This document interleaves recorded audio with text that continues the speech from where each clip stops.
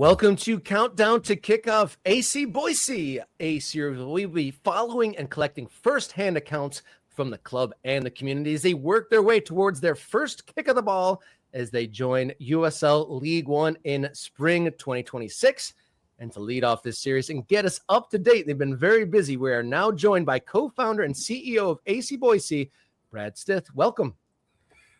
Hey guys, how are you this morning? Doing very well, Brad. Looks like you have a lovely sunrise happening behind you right now. Beautiful shot to start us off. I mean, what could be more metaphorically perfect than a sunrise as we kick off our countdown to kickoff with AC Boise?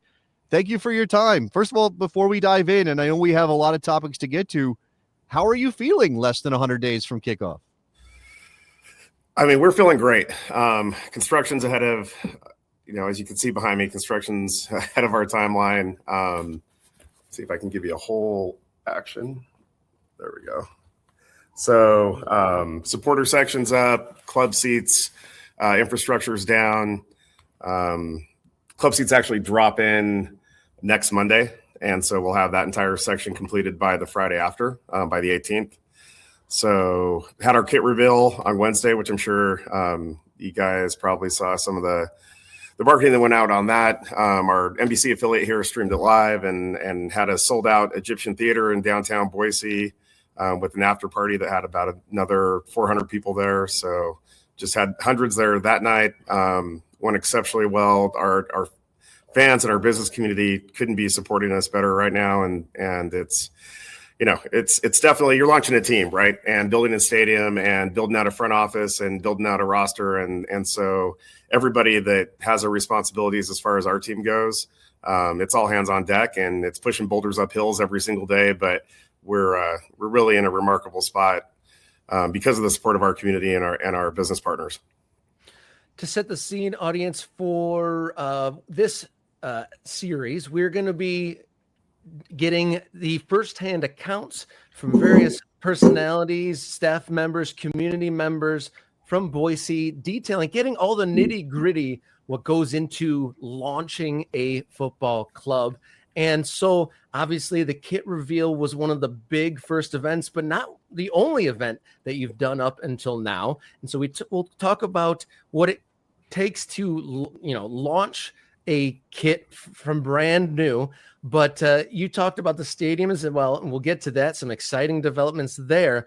But one of the news items that really raised eyebrows and got the attention of the soccer community across the country was a few months ago. You guys announced that you had broken USL records for ticket deposits, but updating recently, it looks like you've turned those deposits into ticket sales. Huge.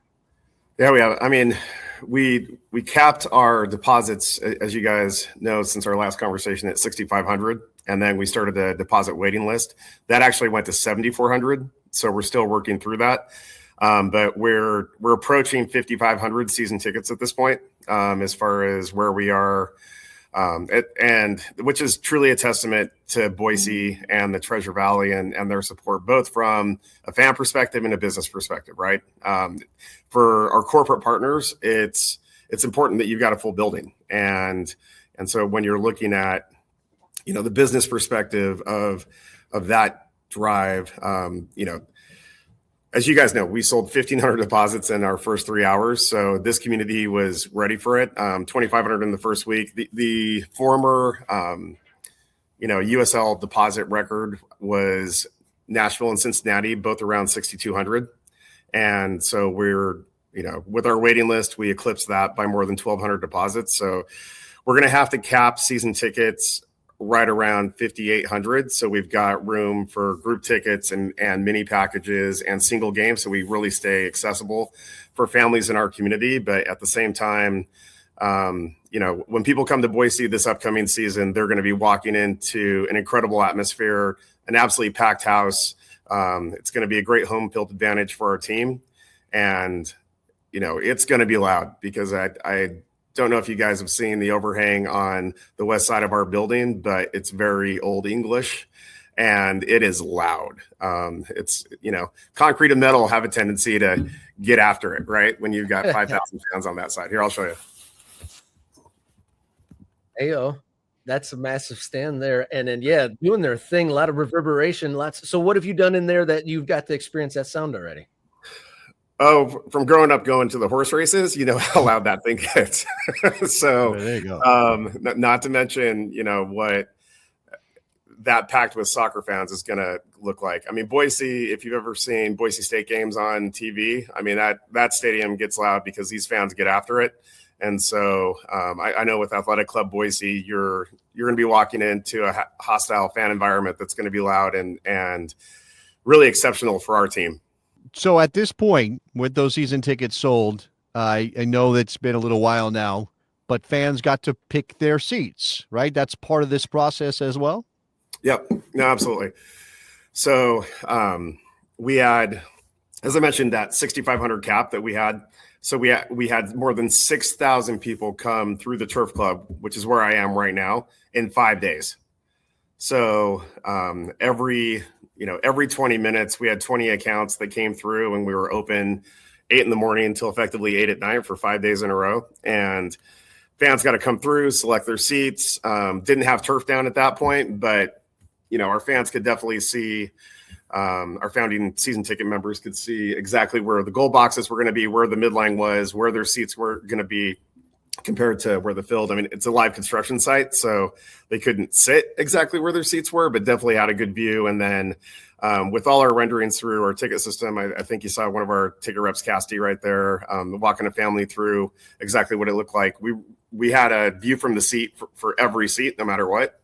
As she was walking people through where was the grandstand I just showed you, we actually sold out in the first 3 days. And so our Ford family section sold completely out. So we're actually expanding that for the upcoming season.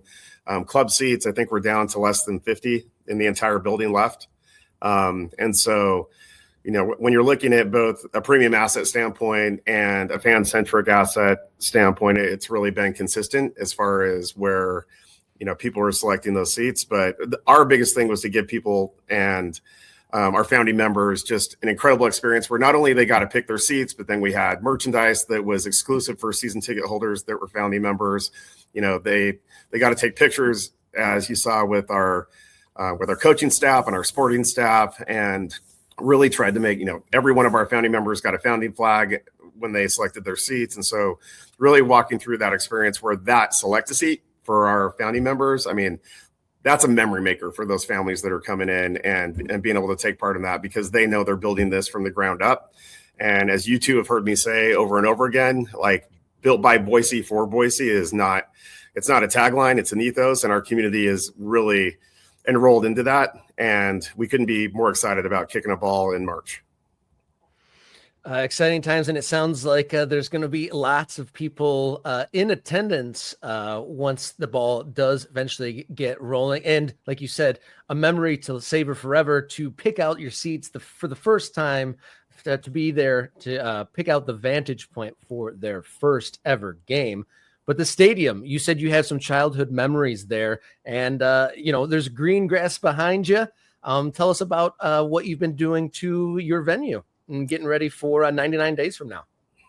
Yeah, I think that, as you got the time-lapse rolling up, watching my wife and son and I were actually sitting in the grandstand when they brought out the Brock pad, which is the 20 millimeter pad that goes underneath the turf. So you're seeing it right there. We just happened to be here at the right time as we rolled through to check on kind of where progress was. So got to see that go down. But, put FIFA level 2 turf from Phil Turf in. They were here inspecting it last week. It's the best, artificial turf that you can buy that's FIFA certified in the U.S. And so wanted to make sure that our players and our opponents had really a world-class field that they were playing on. So the pitch is outstanding. And, then in addition to that, outside of the pitch, as I mentioned, put in all the new club seat infrastructure. That's 1,400 club seats that are on our west side below the grandstand. You've got the supporter section right over my shoulder. So that's 36-inch bays. So true European rail style. So 36-inch bays, 24-inch rise over run. So there's 3 steps as you go up. So that supporter section truly becomes a wall behind you and is what I would call a proper, supporter section when you're talking about a supporter well and what a supporter wall is supposed to look like. AB Alta actually has the same design. So my good friend John that's over there, they had an architect that was commissioned to build that for them last year, and I love the design, and so we brought it here to Boise. And so, when you're looking at that plus our 8 field suites that are NFL field suites effectively that go on our north end zone, we've got 240 pitch side seats that are going in that'll be on the field board all the way around. So really gives that premium, VIP pitch side opportunity for businesses and super fans to be right on top of it. On this west side, those seats are only 9 feet off the touchline. So you are right on top of it. And so I think that the experience, no matter where you sit in this building, there's not a bad seat in the building. Our last row is one of the best rows in American soccer when you're looking from a vantage standpoint. So I think that as we're able to continue to develop the stadium and, clearly with the kind of demand that we're seeing right now, future expansion is on the table, and we're looking at what that looks like after our 2026 season. But pragmatically, you also know that it's an expansion team. You're going to have a honeymoon period from a business perspective. This isn't our first rodeo with that, but if you give fans and your business community a world-class experience and you give those families a memory maker that they can cherish forever, then that will keep them coming back. And our ability to expand, as I mentioned to you guys in our last conversation, we can take this all the way up to 25,000. That's obviously not where we're going next year, but at the same time, we want to make sure that we stay accessible for the community and continue to make those memories that are most important. And that's our priority. Kit processes are a long process, right? So people get the kit reveal and they see what happens. But we started working on this close to 11 months ago. Our CMO, Jenny Myers, and her marketing team just did an incredible job working with Hummel and their design team, ensuring that, this kit really came to life, and that the kit, just like our crest, where we were very intentional about every single aspect being Boise, this kit also had to be 100% Boise, right? And I think that if you saw some of, our videos on social and how we rolled this out and different parts of our community that were able to take place in that launch video, you could see that, you're not enrolling just 1 or 2 factions, right? It's an entire community that's coming together. And we wanted to make sure that just like our crest was intentional, that our kit was intentional. And our partnership with St. Alphonsus, who's front of kit, is one of the most comprehensive both sports medicine and hospital systems partnerships in the entire U.S. professional soccer ecosystem. It's not just about sports med or medical, but mental health and strength and conditioning. And it goes a lot deeper than what most people are used to when you're looking about that kind of community tenet and that kind of partnership across the board. Idaho Ford stores, you saw Ford on the right sleeve. Again, major partnership with us that's really monumental. They are really have the title sponsorship for all our family zones in the stadium, and so our family section specifically on our northeast side is the Ford Family Zone, and our Ford Family Fun Zone, which is adjacent to it, which is an incredible spot for kids to go have a great time while the game is going on. If they want a little distraction, but blow up soccer fields and obstacle courses and Prano pups and ice cream and snow cones and really, a great memory maker on that side. So from a kit perspective, the Egyptian Theater, I think fire code's right about 790, and we had about 786 in there.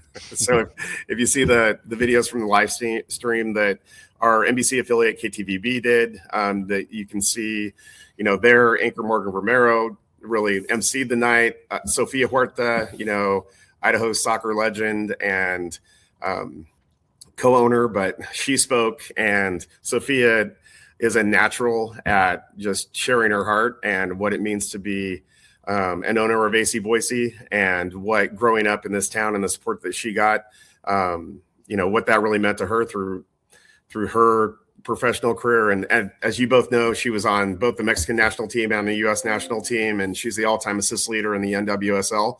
So not too shabby of a career that she's got going right now. She's still just finished the season with the Seattle Reign and continues to be there. So when you can bring those kind of people together, in addition to having messaging from like Casey Keller and then Nate Miller, our coach, he was out of town, but had a message for the fans too. Like when you bring that kind of atmosphere and you've got a raucous full theater and the Egyptian's an icon. It's like an old state theater to give you kind of that look. But you know, that was a great piece, but really the design of the kit was to ensure that, as you'll see, everything that we do is intentionally Boise, and it's about this community and about, you know, bringing people together. And I talk about it all the time, and I know that you guys do too, but like with football and wearing that crest above your heart and knowing that kit is the same kit that our players are taking and they're wearing that crest above our heart, and our fans are taking and wearing that. And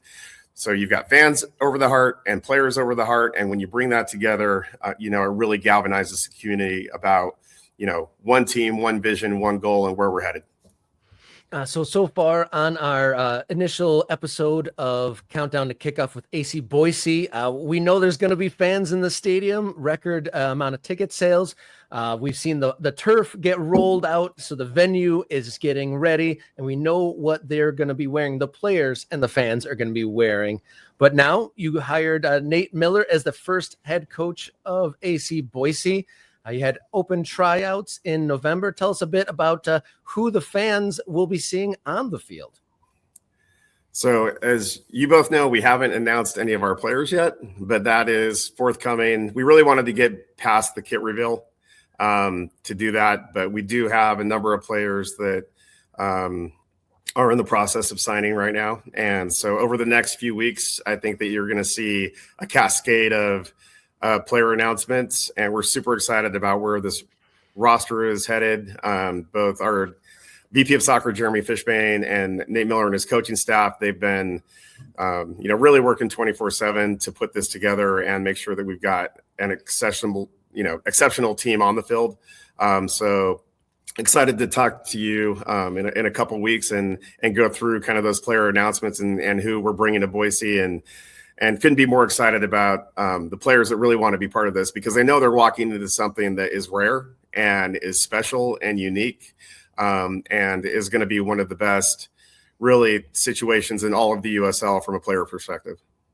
All right. You touched on it there. In the future weeks and months to come, in the 99 days until AC Boise kicks off for the very first time in USL League One, we will be there detailing, getting firsthand accounts. We're going to get a deep dive on the design of the kits. Like you said, details into the scouting and recruiting and the signing of players, and voices from the community, and much more. So thank you, CEO and co-founder of AC Boise, Brad Stith. Thank you for leading us, getting us on the way for Countdown to Kickoff with your club, AC Boise. Yep, absolutely. Thanks, Robert. Thanks, Jason. Have a fantastic morning. Thank you, Brad. Yep. Thank you, Brad. As the sun rises in Boise, Idaho, a beautiful way to lead off the series Countdown to Kickoff.